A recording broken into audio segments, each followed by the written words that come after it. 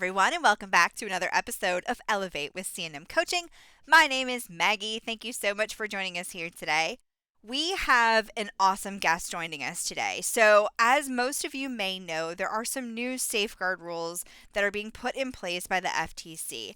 And a lot of this stuff is confusing, but it doesn't have to be. So, I've asked someone to join us today to help sort this all out and explain it all to us and answer some questions so that we can all try to get on the same page so that everyone is prepared come June 9th, which is the expected extended deadline. Everyone knows what they need to do to get all of their ducks in a row. So please welcome my guest, Richard Hudson. He is from Ignite Consulting Partners, and they specialize in all things compliance. Richard, thank you so much for being here with me today.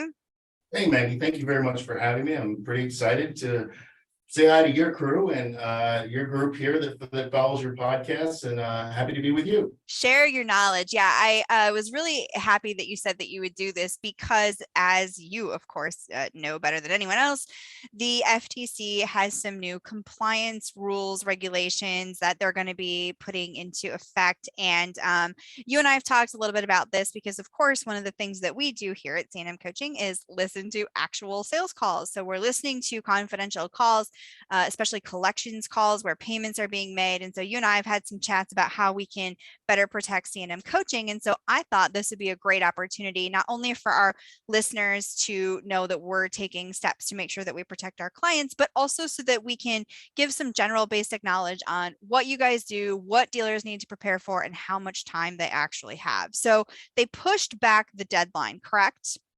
That is correct. Originally, the way these kind of rule changes work is they make, years ahead of time, they'll open it up for public comment.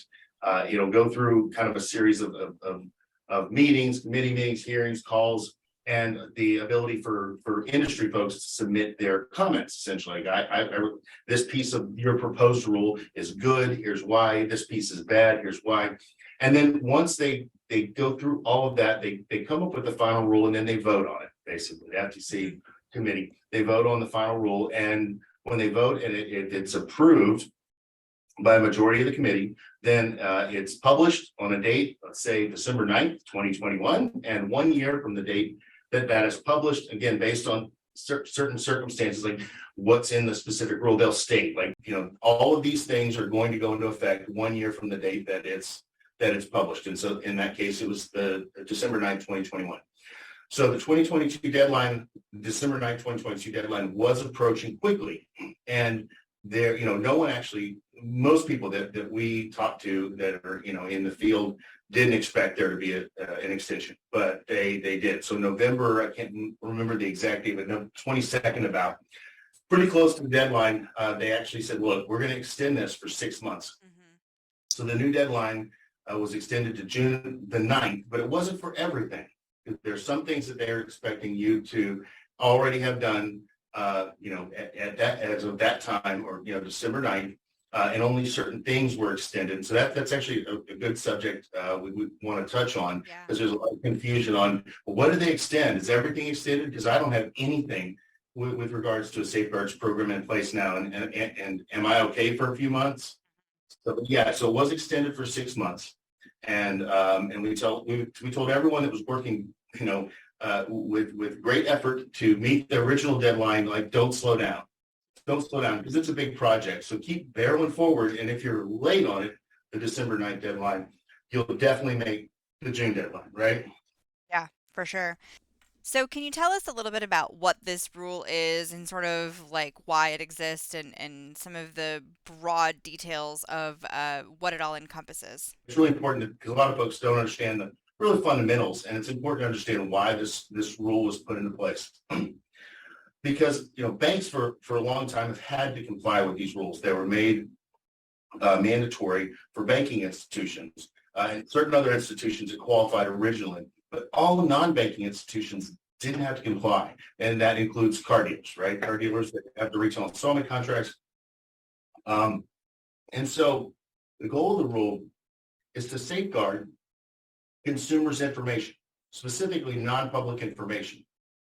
Things like, obviously the thing everyone thinks about or says is usually the social security number.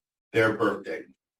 Information that folks in our industry typically require, right, when they're taking an application. So the big picture is they wanted to implement some kind of controls that were mandatory to protect consumer information from getting out in the public, being stolen, being breached, et cetera. Yeah, it So that's reminds me the a lot of HIPAA. When with the healthcare industry, same kind of concept there, where you don't want your nurse going out for drinks with her friends talking about, your doctor visits. That information should be private. right, exactly. And what they were concerned about is since almost everything now is digital, they wanted to specify some of the types of controls and how they wanted businesses to go about implementing that. And so big picture, they said, here's what we expect all of the businesses to do. Number one, we want you to designate a person they call a qualified individual to run their safeguards program. It's the information security program, but we'll call it the safeguards program. It's simpler. So this qualified individual, this QI, is supposed to oversee it. So they're supposed to start the program. They have to develop a written risk assessment policy, right? Go through basically a risk assessment where they look at their business, they inventory all the places and people that have access to consumer information, right, within the business. They catalog that. Then they look at the business and say, in all of these different areas, and also, by the way, I'll mention that it's physical as well as digital is included in this as well. So folks that have boxes of applications denied, et cetera, they're sitting out in their shop on the side of a wall, which I see every now and then. Those have to be secured as well. So they fall under the things that you would have inventory, right? Where do we keep physical information? And then they said, do the risk assessment, basically saying, here's where we know the data is. What controls do we have in place in those areas to prevent this information from being stolen or looked at by someone who's not authorized? Okay. And then after the risk assessment, you come up with an action plan. Okay, we identified these 17 areas where there is risk. We have 11 other where we have good controls in place and no changes are required. And then come up with a plan, an implementation plan, if you will, to say, here's what we're going to do to fix the risks we identified where there's no controls. And here's the due date or the deadline for when we're going to have all these things done. So then once that's done, the big requirement is that a report is to be written, and the initial one, and at least annually, that states, basically everything that you've done. We did the inventory, we did the risk assessment, we created an action plan, and then we resolved all the issues. Maybe these two are still in progress, or sometimes it takes longer, especially with technical implementations, to get a larger organization moved over to fully encrypted hard drives on all the computers, for example. So those are kind of the big steps, and there's a lot of little steps in between. Yeah, it seems like so much stuff. How much time have you spent reading over all of this? Because I feel like you don't sleep and you don't stop reading the information on it. It doesn't stop. It doesn't stop, and the reason is because it's these are general guidelines, telling you here's what we expect you to do. But because every operation is unique in so many ways, personnel, the technology that they use, the vendors that they use, it is so unique that every solution is definitely unique, and it means you can give a template or have a template document for someone, but by the time you're done working on it, it's so many hours spent on each one. They're basically almost a unique document. The structure is the only thing that remains the same. So I can't tell you, thousands. I want to say 2,000 hours this year on this, because it's been a priority, and for good reason. It was a hard deadline, and we encourage everyone to take it seriously. And I'll say this: yes, it's a requirement. It goes into place. But I would just say to anyone there that's listening, you should be doing most of these things anyway. Maybe not as formally, but you should have at least some of these basic safeguards in place. These are your customers, right? And you could, damage could be done to your customers, your lifeblood of your business. And so I always like to try to flip it and turn it around on its head and say, well, don't worry about the regulation, worry about your customers, because these are really bare bones things that you should be doing to protect their information, right? Absolutely. As a custodian of it, Mhm. right? You have a responsibility to your customers to do that. You know, it's funny because sometimes when I'm starting with a new client and I'm working especially on a collection script, we're really big on verifying the account somehow. Like you want to make sure you have the actual customer on the phone. And sometimes I get pushback from that. And I always think to myself, could you call, a US bank and talk to them about your bank account without verifying your identity first? Of course not. The purpose of it is to protect the customer. So you're absolutely right on that. So why is this like such a big deal? Are there going to be fines? Like, what is the big deal about all of this? That's the big unknown. The big unknown is, that the FTC has some teeth. There are some fines, but would, for instance, and this is a common question we get as compliance consultants, is why do I have to worry about this? Is the FTC really going to come looking at me? I mean, I have 800, vehicles or active notes right now. Yes, I meet the criteria for safeguards. I have more than 5,000 customer or consumer records in my possession, but I'm not a big guy. They're not going to come after me. Well, the unknown is that, number one, we don't know what's going to happen. And, maybe it'll be mid-level people that go after first Hmm. once it becomes mandatory. But then, Steve Levine, my partner, is one of his concerns is what's going to happen with, let's say, for example, plaintiffs' attorneys, right? If there's an incident and you don't have these in place, your last thing you're going to be concerned with is the FTC at that point. If you lose control of private Yeah. information of 20,000 consumers, right? Then you have a whole other issue with getting sued. Yeah, for sure. I had a client that happened to one time where they broke into her database and stole a bunch of information and they were holding it ransom for I mean, it was like $100,000 or something insane like that. And that is a scary situation. So you're right. This stuff should be, I mean, it is not that difficult to buy a, a secured drive and have all this information protected. There's so many different platforms and softwares you can use to protect your computer systems, and your staff should be doing the same. Um, so what are like the big key takeaways that you feel like people should be doing, or some simple steps that people should be really paying attention to right now, the first things that they want to address if they did not know about this and they're hearing about it for the first time from us right now? Yeah, I'll step back real quick. For number one, you have a responsibility to your customers, right, to do this. Number two, in your case, like when it's a ransomware situation, then your operation is on the line. You can't sell cars and you can't take payments, right? So there's another really good reason, separate aside from the FTC enforcement actions, and then the plaintiff's attorney. Then there's another one a lot of folks don't think about. They have insurance. A lot of them say, I've got cyber insurance.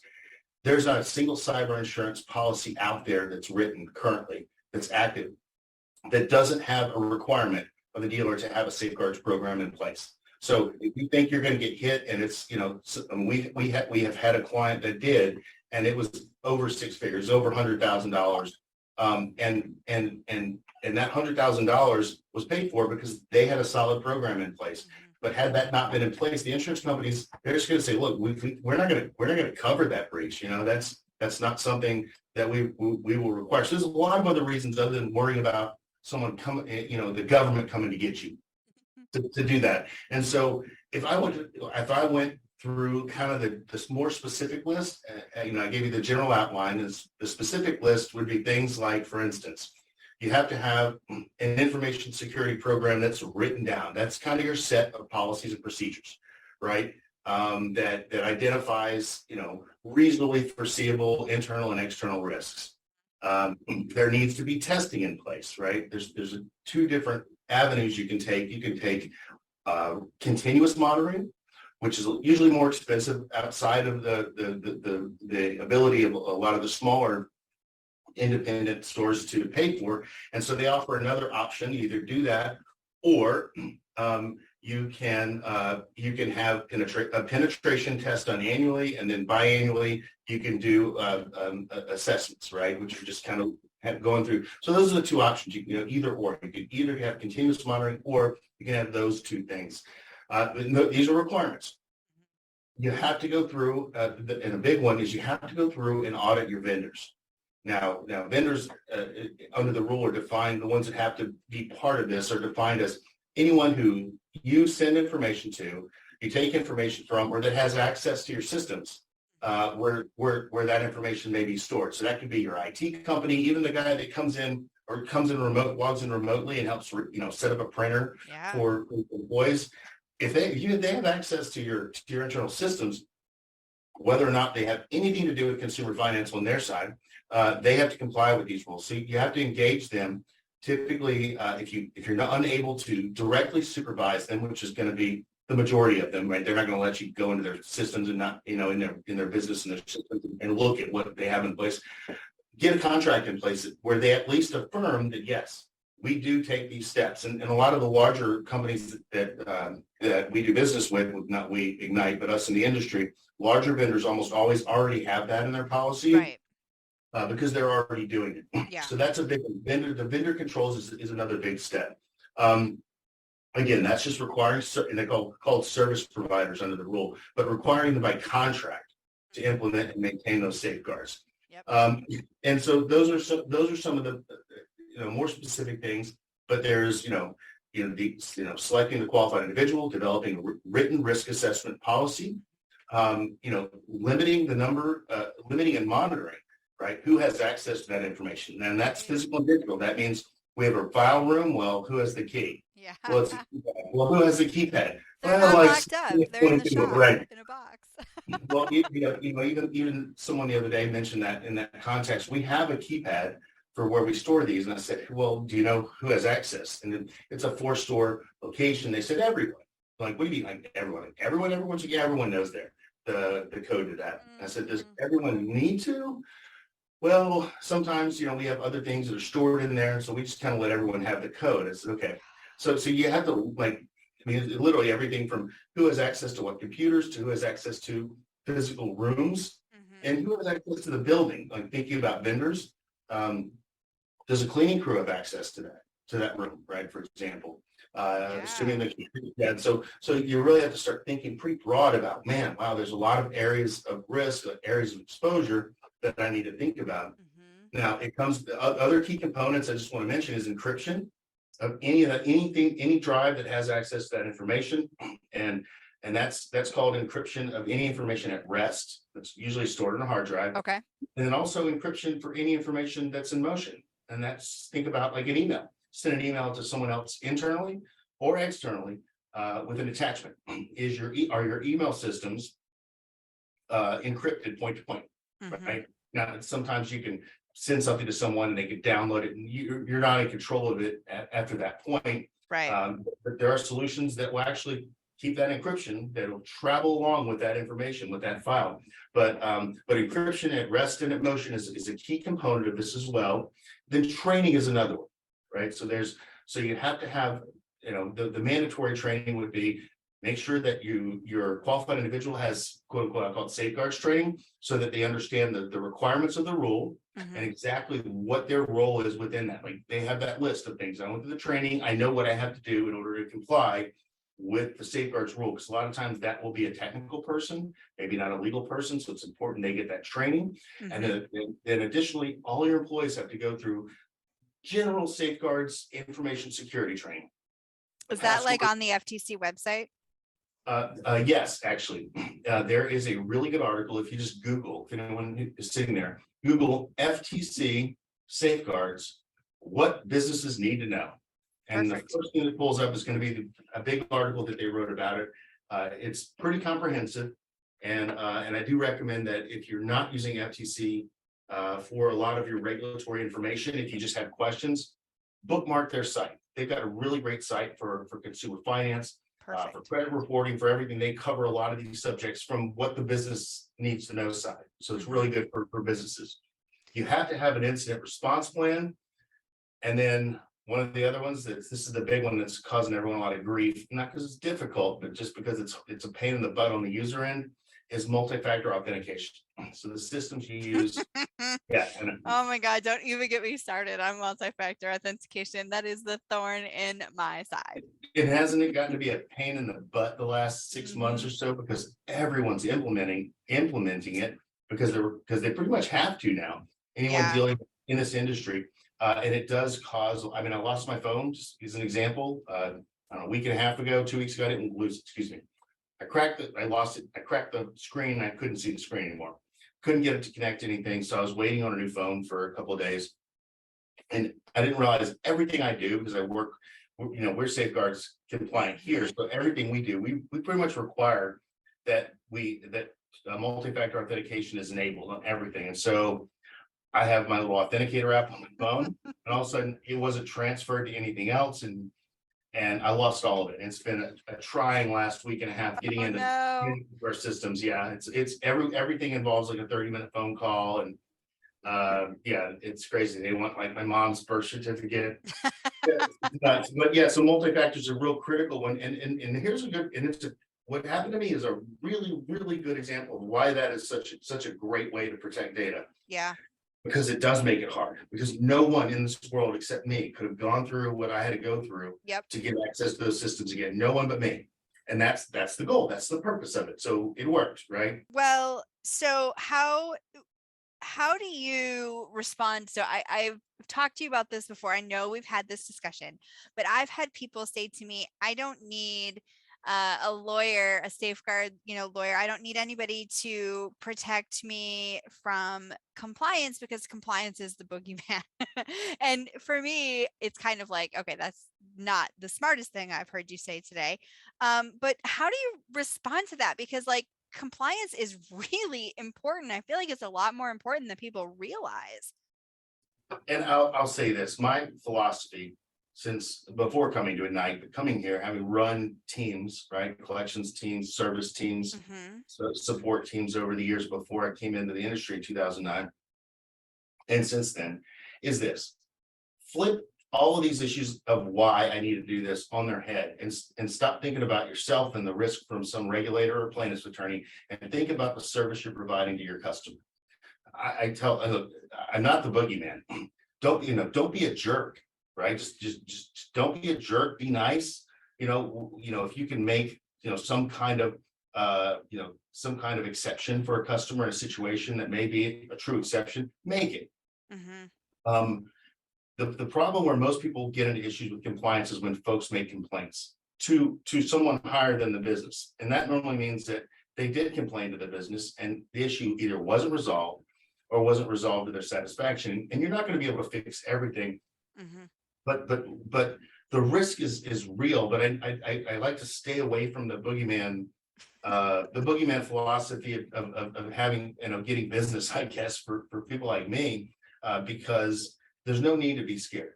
Our 2022, I guess, theme or motto was, keep calm and call Ignite. And the reason was because we really do believe that, look, these are not insurmountable objectives. We can do this together. You can do this, and it's not the end of the world.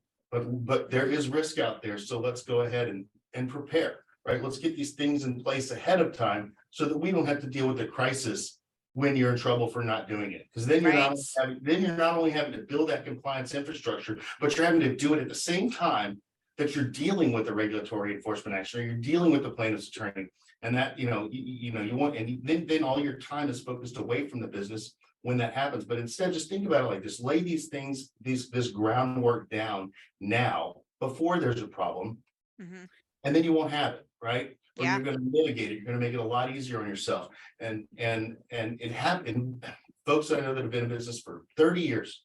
I've never had an issue, never had this happen. I'm like, well, let's work on some of these fundamentals. Let's just write your policies and procedures. Yeah. Let's conduct some training, real fundamental stuff, maybe 3 hours a month with me, right? Just Mhm. minor time commitment. Let's get these in place, get the training done, and then you get that letter, right? You get that request for information, either RFI or CID, and they want to know what you're doing for your business. They want your written policies and procedures. They want any compliance activity that you've had over the last 2 years. Seeking out someone like me or working with an attorney. And when they send those things in, it's like, it's just silence. Silence for 6 weeks, and you get a letter back saying thank you from the state AG or whatever it is, saying thank you. Good job. Mm-hmm. We're closing this. And that's what all this preparation is for, is just to kind of know that I've done this work, and I am less likely to have a screw up because of it. I'm less likely to lose information. My people are less likely to say something wrong on the phone. My people are less likely to divulge information to a third party, right, on the phone that's, one of your Mm-hmm. areas. And so we do this because if you lay that groundwork, you're less likely to even make the mistakes. And when they do happen, guess what? It's a rogue employee, or it's just a mistake. It's not a systemic issue, and it's a slap on the wrist from almost wherever it comes from, whether it's Mm-hmm. state or federal, and you move on, right? Because you've done the groundwork, you laid it. There's, again, I did, speaking of the boogeyman, I saw someone at an event I was speaking at a few months ago that got up at some point, and I thought, oh gosh, this guy is giving everyone like me like the worst name. And it was a safeguards presentation, and they had a technical solution. They didn't have a legal solution, just a very technical solution about the vulnerability testing and the particular product they had. And that's how that person started. This is the end of the world.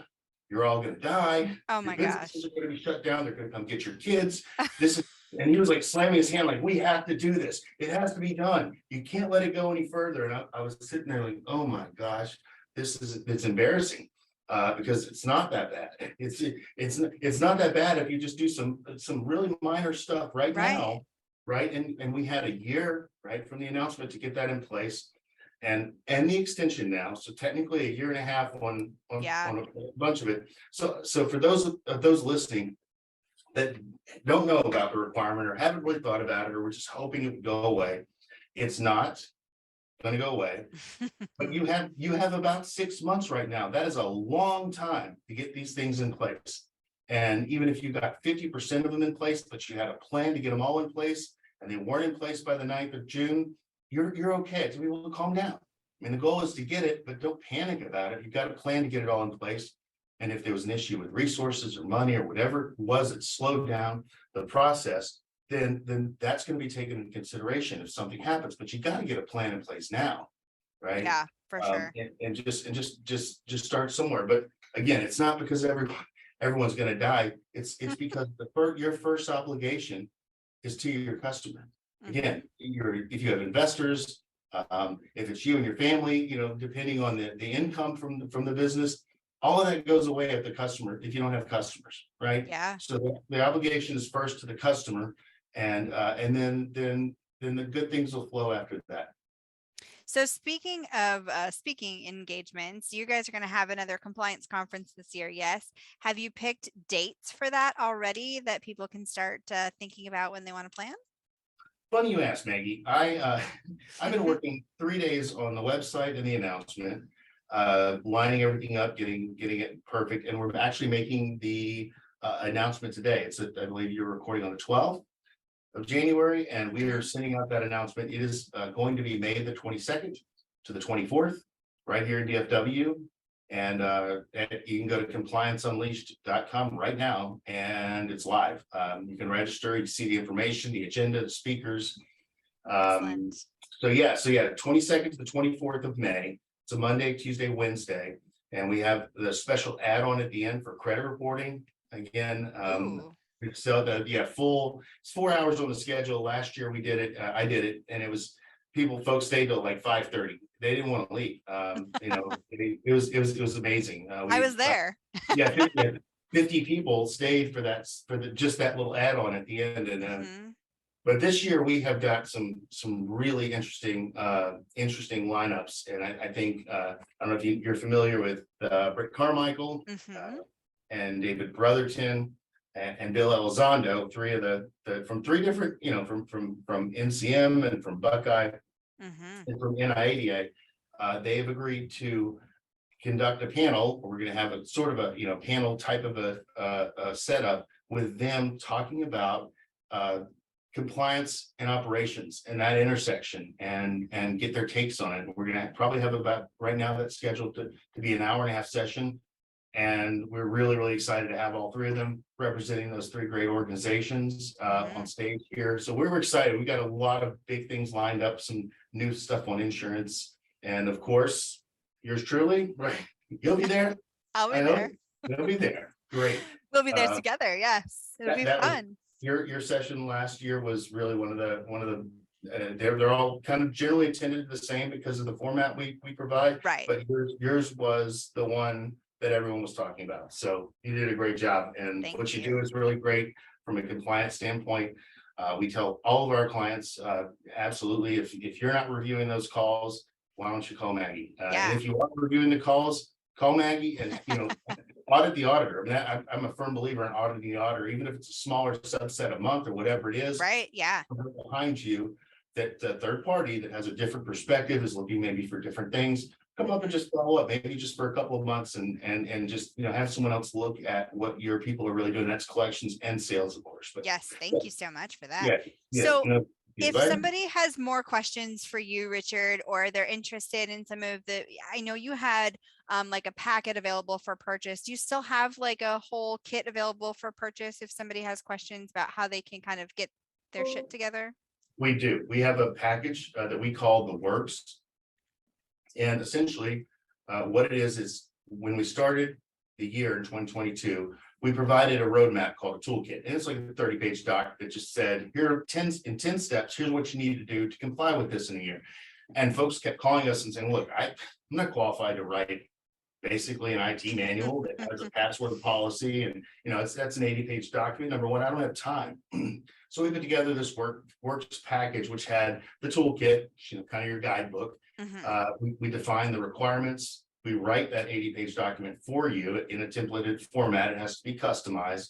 We have all the vendor requirements, the questionnaires, the letters, the sample vendor contract that I mentioned is required, risk assessment, a guide, a policy, a risk assessment outline, kind of, here's a template for you to get started.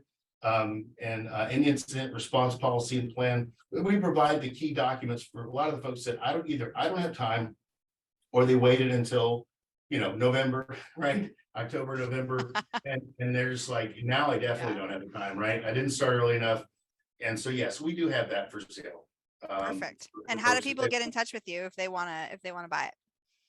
Well, it's posted on our website at igniteconsultingpartners.com or ignitecp.com, or they can just send an email to us at info@ignitecp.com, and we'll set up a call and just kind of walk through and see where they are. Because a lot of folks don't even qualify. They don't realize that they don't have 5,000 records, or maybe they've already got a lot of things in place. And our package is, they've already got most of what's in there. So we're happy to talk to anybody about it. Yeah, for sure. Well, I know that there's people that sometimes don't realize that they need help until it's a little bit too late. And so I thought it would be a really good idea for us to kind of get ahead of this, especially considering I am a vendor. This affects me as well, which is why I, of course, came to you. Because if I, am going to protect my clients, I'm going to go to the best, and you guys are the best. And I love what you guys do for the industry, and I love the event that you guys put on. And I think it's so great to get all of those people together, and there's so much that you need to learn, and you condense it into a way where people can understand it and absorb the information. So I think that the Compliance Unleashed event is a great thing for people to attend. And those of you who are listening, if you have compliance people in your office that are going to be doing this type of stuff, send them to the event, or your collections manager, send them to the event. There's a lot to learn. There's some really great speakers this year too, so it's something really to take a look at. And then of course you can check out Richard's website and get some more information there on how to get in touch with him. Anything else that you want to add, or something I didn't ask you about that you think we should tell people before I let you go? I don't think anything specific. I do think training and education is really, really important, which is why we decided to do a conference. It's for any company, small company, big company. It's a lot of work to get it put on, but we really believe in continuing education, any kind of training you can get in compliance areas. And most compliance folks that we work with, especially for the first time, it's like they've been in a desert without water, and they just drink it in, and it's so refreshing for them to feel empowered that they now have the information and the knowledge, and then they have us at their side with questions along the way that they feel like they can really have an impact on compliance, which is what most compliance folks, the number one complaint we hear, and we've surveyed, by the way, this is not anecdotal, we've surveyed Sure. over and over again. They feel like I don't get enough support. I don't have the resources I need, largely talking about training. And then, I don't know how to bring this back to the business and implement it. So those are things that this kind of education will again help empower those compliance professionals, those folks to be the best that they can. So Mm-hmm. again, that would be my number one recommendation is get training, get around other compliance people in other states and other businesses, maybe that do things different ways, and learn what they do, right? Learn what they do and Yeah. share that information. So Talk to your friends, because I'm sure, I mean, most of the owners I know have lots of other owner friends, and that's a great place to mhm. get information to. That's great advice. I really appreciate you taking time out of the day to talk to me about this. I know you rarely leave your compliance hole that you that you live in. So I thank you so much for your time, and I really appreciate you being here. You had lots of great information. And if you guys are looking to reach out to Richard, you can go to Ignite Consulting Partners. That's his website. You can Google it, it'll pop right up. Compliance Unleashed, you can Google that too. That also pops right up. And then also earlier, he did suggest, Googling the FTC safeguard rules and what do I need to know? Check that out as well. Thank you again, Richard. Great information. Maggie, thank you for having me. It's been a pleasure. And again, folks just want to learn about what we do and just talk to me. There's no hard sell, no anything. We're happy to just talk to people anytime. So thank you again, Maggie, for letting me speak to your audience. Thank you Yeah, so much. thank you so much. I know that this topic isn't always everyone's favorite, and I know it's kind of one of those things that some people don't think is important. I do think it is important, and I think that it's important that we all kind of have the tools that we need to be successful. And I think Richard is 100% correct. The last thing you want to be dealing with is trying to get your compliance ducks in a row at the same time you're dealing with litigation. That's not something that anybody wants to do. So I highly suggest that you reach out to them or any other compliance attorney if you have one in your area. I am a big fan of what they do. They have been detrimental to the industry. I have a lot of clients that work with Ignite, and their conference is a huge hit. I did speak there last year, and it was so much fun. I had such a great time doing it, and it was packed. I mean, there were a lot of attendees. Everybody walks away from there learning something, and that's what really matters. And especially with these new safeguard rules coming into place, there's going to be stuff on that. There's going to be a lot of topics about it. I'm going to be speaking about collections calls. I'm going to be playing some collections calls, and I'm going to be speaking with Richard. So remember to sign up for Compliance Unleashed. Again, it's going to be May 22nd through the 24th. It's at the DFW Hilton right by the airport. So it's a really easy in, easy out. It's a lot of fun. We went to the Cowboys Club for dinner, and I believe that's on the agenda again this year. And it was so amazing. It was a beautiful view, and the food was awesome. Also, too, I know compliance isn't a super hip and fun topic, but they really do a good job of making it fun and exciting, and they provide a great learning environment. And as much fun as compliance can be, they take it to the next level. So I definitely recommend that you register. So thank you so much again to Richard for joining us. I totally stand behind what he said. They are zero pressure. They give free advice all the time. I see it on Facebook. Even if you stop at their booth at an event, they're always willing to talk to people and to help however they can. And I feel like that's the type of vendors that I want in my circle, are vendors who care about the industry and care about the dealers specifically, especially since a lot of you are family owned and operated businesses. And I want the vendors in my circle to treat their clients like family as well, because that's what we do here at C&M Coaching. So thank you so much for joining us here for this episode of Elevate with C&M Coaching.